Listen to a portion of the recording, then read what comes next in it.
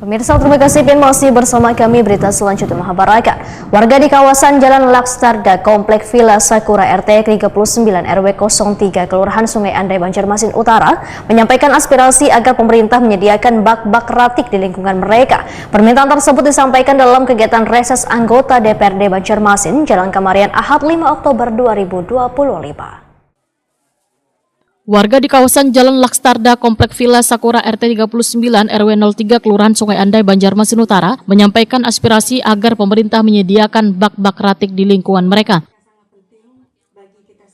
Permintaan tersebut disampaikan dalam kegiatan reses anggota DPRD Banjarmasin Erni Yusnita, Jalan Kamarian Ahad 5 Oktober 2025.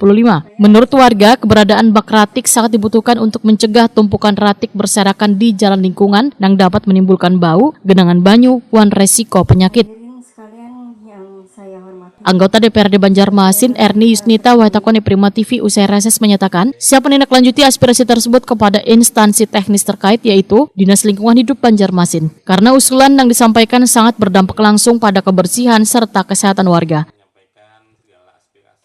Politisi dari Partai Nasdem ini memandahkan masalah pengelolaan ratik harus mendapat perhatian serius sehingga pengadaan bak ratik disertai dengan edukasi kepada warga mengenai pemilahan ratik rumah tangga saatlah diperlukan. Sehingga warga diminta membiasakan memilah ratik organik dan non-organik sebelum dibuang. Ratik nang dipilah dapat memiliki nilai ekonomis dan membantu mengurangi volume ratik ke tempat pembuangan akhir.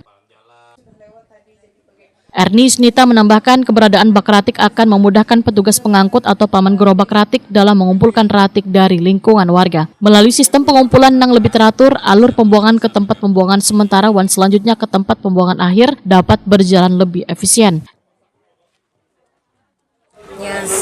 Semoga warga ini membawa sampahnya dengan baik, jangan sembarangan, artinya teratur, tertib, supaya semua emang bisa rapi. Gitu. Maksud dengan ada saran dengan paman gerobak tadi bulan mungkin buahnya lah. Oh gitu, jadi nanti mungkin ada gerobak yang ngambil sampah ke masyarakat, tapi kan tadi usulan juga untuk tosai sampah ya, nanti mungkin bisa kami usulkan.